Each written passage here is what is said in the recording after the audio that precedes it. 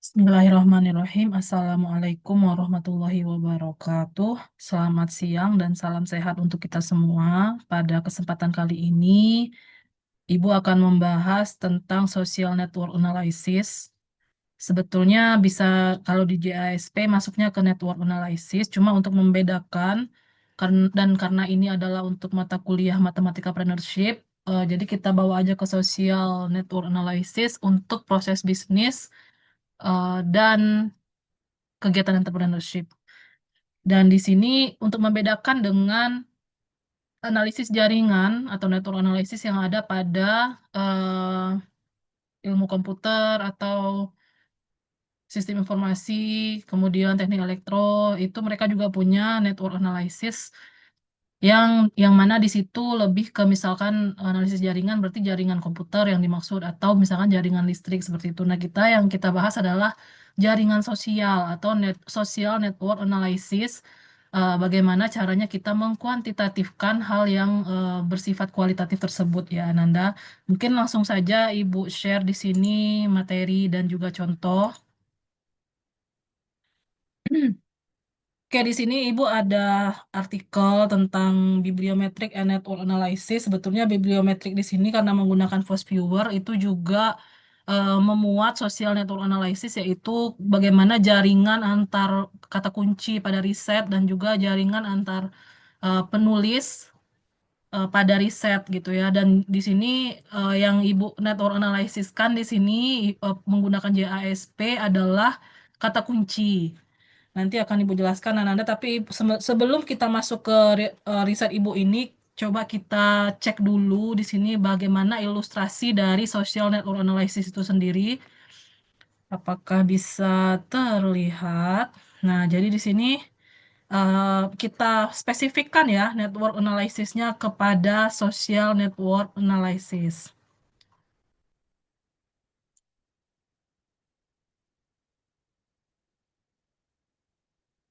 Oke, sebagaimana kata Mike Di Lorenzo yang merupakan direktur pemasaran atau marketing director sosmed social media NHL NHL, dia mengatakan bahwa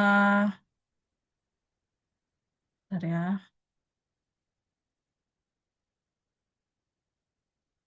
jejaring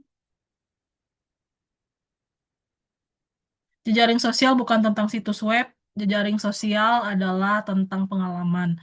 Nah, makanya di sini sangat kental sekali dengan adanya ada keterkaitan dengan komunikasi, ada keterkaitan dengan kolaborasi, ada keterkaitan dengan kerjasama, partnership. Tanpa itu semua tidak akan muncul yang namanya jejaring sosial, Ananda ya. Oke, kita lanjutkan. Ini ada ilustrasi social network yang pertama. Coba Ananda lihat di sini ada beberapa orang yang berkomunikasi dan masing-masing itu bisa kita tarik garisnya. Inilah yang dinamakan dengan jaringan. Dari wajah satu kita tarik ke wajah dua, itu ada komunikasi antar mereka. Kemudian lanjut dan semua ini ada 7 orang, namun coba Anda lihat jalur-jalur komunikasi atau jejaringnya ini ada banyak ya jadinya karena eh, setiap orang memiliki kesempatan yang sama untuk berkomunikasi ya kan, dan membentuk jejaring. Oke, lanjut ilustrasi social network 2. Nah, di sini untuk bisnis nih Ananda ya. Maka di sini ketika misalkan ada jaringan inti ya. Nah, di sini si jaringan-jaringan inti ini bisa dianggap sebagai petinggi-petinggi pada corporate. Kemudian dia punya jaringan lagi di bawahnya ya, di sekitarnya ya, di sekitar mereka gitu ya. Ini gambaran dari eh, apa namanya jejaring CEO lah ya. Oke, ini ilustrasi kedua. Mudah-mudahan Ananda bisa mulai tergambar. Nah, lanjut lagi. Misalkan di sini kita ada struktur di suatu perusahaan exploration and production senior vice president. Di sini ada eh, Jones. Kemudian di bawahnya ada exploration, drilling, production, dan ada struktur-struktur di bawahnya yang mana semua nama-nama ini Ini bisa dibuat jejaring sosial atau social network analysisnya. Karena eh, dengan siapa aja mereka nih berkomunikasi, dengan siapa ya istilahnya kalau kita di Ananda di kelas bisa jadi gengnya ya, siapa aja nih yang si ini gengnya siapa nih atau tim kecilnya kalau di suatu perusahaan. Jadi di sini eh nih, supporting knowledge creation and sharing in social networks, organizational dynamics. Nah, di sini ketika misalkan tidak ada jejaring, Ananda tidak, tidak mungkin tidak ada jejaring sosial di sini atau social network. Karena jika tanpa adanya jejaring tersebut tidak akan ada namanya kerjasama tim, kemudian intrik atau konflik gitu ya. Itu juga selain berefek positif, tentunya juga ada efek negatif dari social network ini. Lanjut. Nah, ini ilustrasi social network 4. Di sini sudah mulai mengkuantitatifkan dari jejaring itu sendiri, udah muncul angka-angkanya. Inilah yang akan kita lakukan berbantuan JASP. Dan untuk Anda ketahui, ada banyak sekali sebetulnya software yang support untuk mengukur social network analysis ini. Salah satunya FOSViewer. FOSViewer ini tentunya dia nggak bisa berdiri sendiri, harus ada database ya. eh, yang sering digunakan adalah publish or perish yang untuk menambang data riset Ananda ya dan dilanjutkan dengan analisis pada post viewer setelah dari publish or perish. Kemudian ada lagi yang namanya GEPI. GEPI ini tetapi lebih ke apa network dari kata-kata ya. GEPI ini lebih ke kualitatif, nggak muncul nih angkanya di GEPI. Kemudian bisa pakai Orange juga, bisa pakai Python juga, bisa pakai R juga ya Ananda. Sekarang kita coba yang sederhana aja dulu pakai JASP, yang jejaringnya tidak terlalu luas ya, tidak terlalu pakai big data, karena kita di sini belum belum ada mata kuliah Big Data juga, sehingga Ananda masih memanfaatkan data-data yang kecil dan juga tentunya di mata kuliah Matematika Partnership ini eh, usaha yang Ananda jalankan itu datanya belum big ya, belum besar gitu ya, datanya masih skala yang kecil ya. Nah, bagaimana sih langkah dari network analysis ini? Yang pertama, kita identifikasi dulu target network atau jaringan targetnya, jejaring targetnya, dan eh, tujuan dari apa namanya untuk kita membuat network analysis, menganalisis network atau analisis jaringannya. Kemudian kita desain metodologi untuk mengumpulkan datanya dan juga menganalisisnya. Kemudian kita kumpulkan data, kita proses, kemudian kita sajikan data dalam bentuk yang lain yang mungkin orang tidak tergambar. Oh, ada ya jejaring sosial yang seperti itu gitu ya, hasil analisis kita. Kemudian analisis data dan kita rekomendasikan apa sih aksi yang cocok atau misalkan tindakan yang cocok sebagai feedback atau follow up dari hasil analisis kita itu. Nah, mungkin itu gambarannya untuk analisis network ini. Sekarang coba Ibu contohkan tadi seperti yang Ibu katakan hmm, artikel Ibu ya.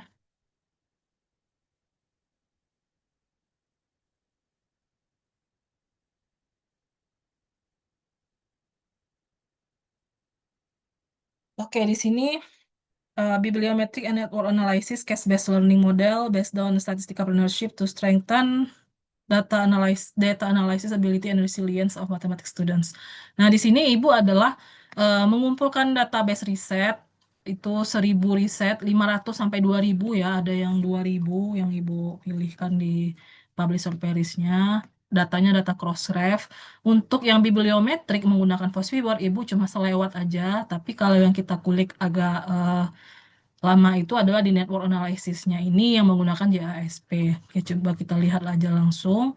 Ini bentuk hasil dari network analysis menggunakan Force Viewer ini adalah jaringan antar kata kunci, keterkaitan antar kata kunci pada riset tentang case-based learning models. Nah, kemudian yang kedua itu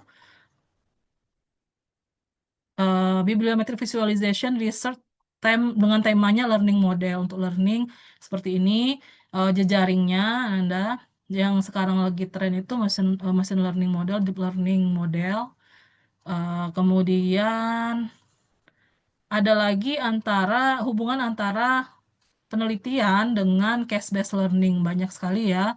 Nah, di sini ada klaster-klasternya yang berupa perbedaan warna ini menunjukkan klaster ya untuk jaringan keterkaitan antar riset atau kata kunci riset gitu ya. Topik riset lah ya. Kemudian ada lagi ini visualization for case method research theme. Jadi untuk tema yang eh, case method, penelitian yang case method, kalau tadi kan case based learning.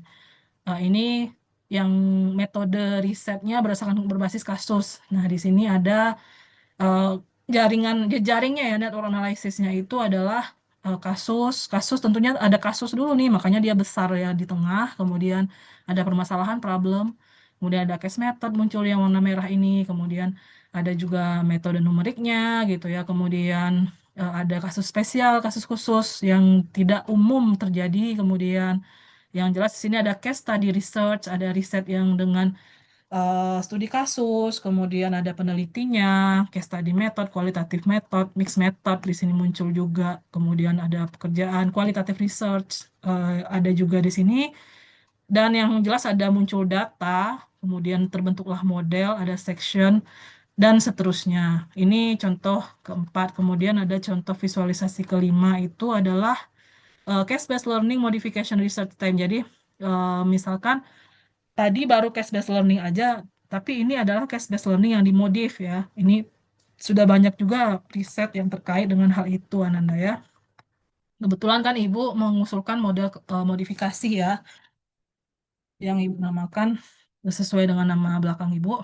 Kemudian ini ada em, visualisasi dari jaringan atau analisis jaringan network analysis antara research dengan tema-tema statistika dalam pendidikan. Ini udah banyak juga. Kemudian ada untuk tema-tema riset entrepreneurship. Nah, ini masih sepi ini ya, eh, yang dikaitkan dengan education, entrepreneurship education. Mungkin sudah marak sekarang, cuma eh, untuk yang riset berbahasa Inggrisnya barangkali ini ya, jadi munculnya sedikit. Dan yang dikaitkan dengan education itu masih sedikit ya. Kalau cuma entrepreneurship aja sepertinya banyak Ananda ya. Karena FEB pasti dia sudah lebih dulu nih ya sebelum digalakkan, dimarakkan eh, kewirausahaan, teman-teman dari Fakultas Ekonomi dan Bisnis tentunya sudah lebih dulu melakukan riset ya dan mengaplikasikannya atau menerapkannya. Kemudian ada untuk riset dengan tema analisis data. Nah, ini di sini lebih banyaknya tentang analisis data eksploratory, kemudian ada pendekatan yang dilakukan, kemudian penerapannya, analisis statistikanya, prinsipal komponen analisis, kemudian data envelopment analysis, konten, teori, analisis data, dan lain sebagainya ya. Lanjut lagi visualisasi berikutnya, resiliensi. Nah, resiliensi untuk data Crossref itu masih terbatas terkaitnya dengan konsep sistem paper development. Kemudian untuk yang student resilience itu sudah mulai banyak dan di sini tentunya ada intervensi, ada review, development, study, relationship, studentnya sendiri, sampel resilience-nya. Nah, ini dia hasil untuk kuantitatif dari contoh eh, social network analysis dalam hal kata kunci. Jadi kata kunci yang Ibu ukur di sini atau Ibu kuantitatifkan network analysisnya adalah 5 kata kunci, yaitu yang pertama case-based learning, yang kedua statistics entrepreneurship, yang ketiga stochastic process, karena penelitian Ibu adalah di proses stokastik, kemudian yang keempat resiliensi mahasiswa matematika, dan yang kelima adalah analisis data. Nah, seperti yang Anda lihat, kalau tadi muncul berbagai bentuk network analysis, ilustrasinya, kemudian hasil bibliometrik dari Force Viewer. Nah, di JASP kita bisa mengkuantitatifkan itu, tapi karena Ibu di sini, Ibu lakukan secara istilahnya data yang Ibu punya, bukan dari apa namanya? Ada yang Ibu ambil dari Force Viewer, memang dari Publisher Paris, Tetapi ada juga yang ibu kumpulkan secara manual, ibu kumpulkan sendiri maksudnya. Jadi terbatas di situ sehingga ibu kerucutkanlah 5 kata kunci yang benar-benar terkait dengan penelitian ibu, sehingga diperolehlah dari si JASP-nya dia mengelompokkan 2 grup. Grup satu itu case-based learning dan resilience dan matematika dan resiliensi mahasiswa matematika atau math student resilience. Kemudian di grup 2 itu ada statistic plannership, stochastic process dan data analysis. Jadi di sini eh, kelemahan dari JASP ini emang sering terpotong ketika di review oleh reviewer kalau kita submit ke jurnal emang dikritisi ya, kenapa kepotong katanya gitu ya. Emang di JASP-nya nggak tahu yang JASP versi terbaru ini bisa nggak mengatasi hal ini gitu ya, karena kalau misalkan kita di multiple indikator multiple causes itu juga MIMIC atau mimik itu juga sama ketika muncul visualisasi eh, analisis jalurnya atau pet diagramnya itu kepotong tulisannya dan itu menjadi masalah bagi reviewer gitu. Seolah kita ambil dari mana padahal itu memang murni hasil analisis kita berbantuan JASP dengan data kita. Kemudian pas kita kopas ke Word itu jadinya tuh kepotong gitu. Beda dengan SPSS kita bisa klik nih ukuran-ukuran itu ya di JASP kayaknya masih kurang di situ ya.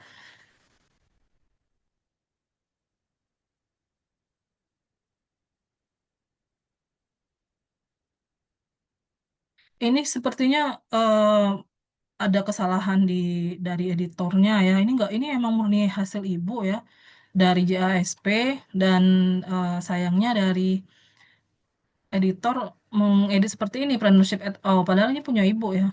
Tapi nggak apa-apa lah, udah terlanjur dimuat juga ya. Dan udah dimuat di jurnal Sinta 2.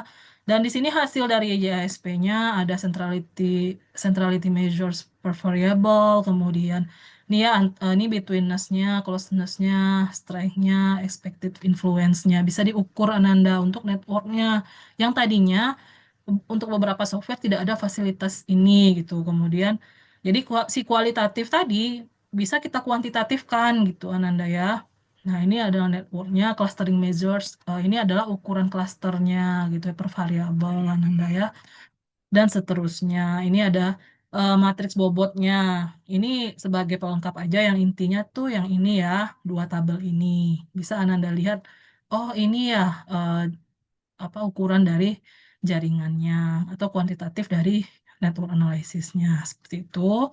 Kalau Ananda pengen kepoin itu bisa lihat di Jurnal Ilmiah Pendidikan MIPA Formatif eh, volume 14 nomor 1 ya halaman 223 sampai 238. Silakan aja langsung ke situ. Kita langsung saja masuk ke JASP-nya Ananda. Seperti biasa kita akan cobakan dengan ini data yang ada di data library dari si JASP-nya Ananda.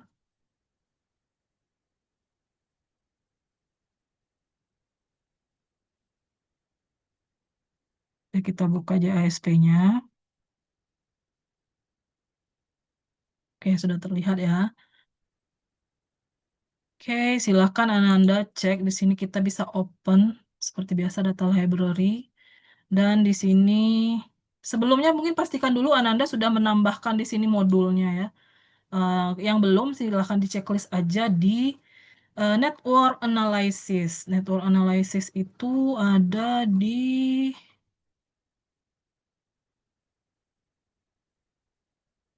nih network ya. Network setelah meta analysis. Oke. Lanjut open data library, kemudian kita klik network analysis nomor 12. Nah, di sini ada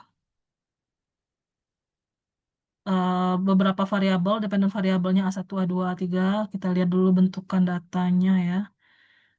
Ini adalah kita lihat keterangannya. This dataset BFI network provide responses from 2,800 participants to 2025 big five inventory items. Dengan variabelnya ini adalah bisa dilihat di blok ini. Kemudian ini variabelnya A1 sampai O5.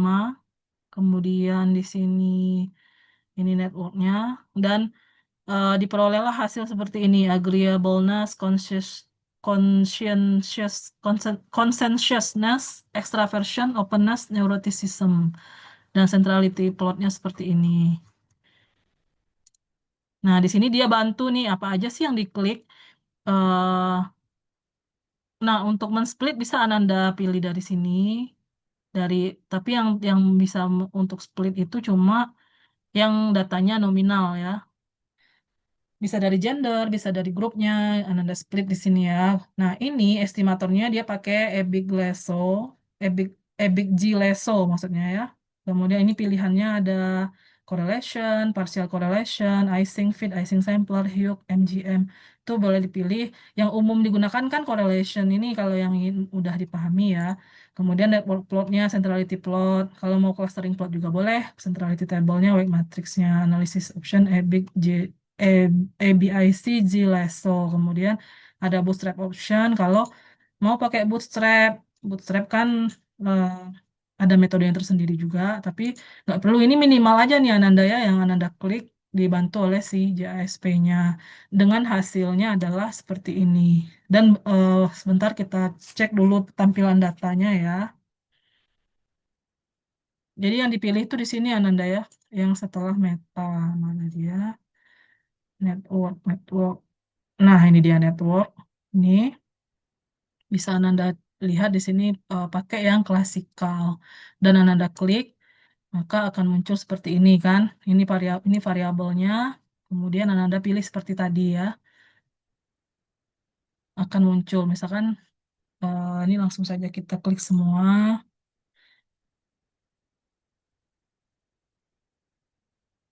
Kita masukkan di dependent. Coba kita split nih dengan gender. Dan kita klik seperti yang dia sarankan tadi. Seperti apa sih hasilnya dengan split gitu ya. Setelah ini kita cek datanya.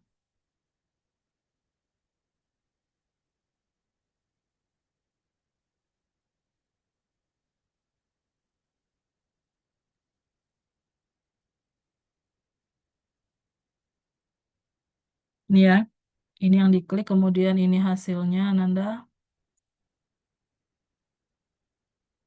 Perbedaannya dengan yang awal tadi, nah ini ketika di split menjadi seperti ini bentukannya.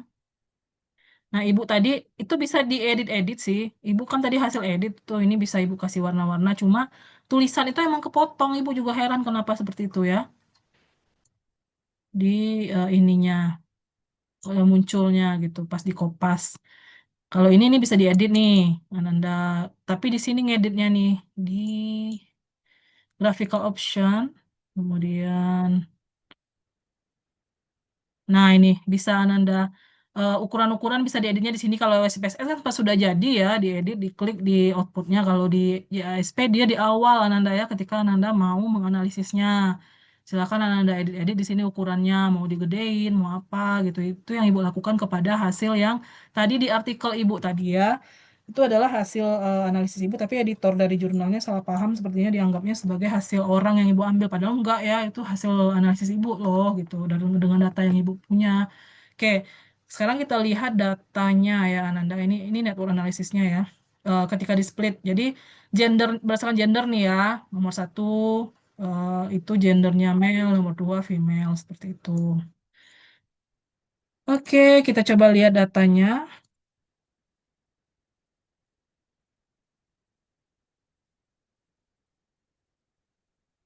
Ini tampilan datanya untuk network analysis seperti ini.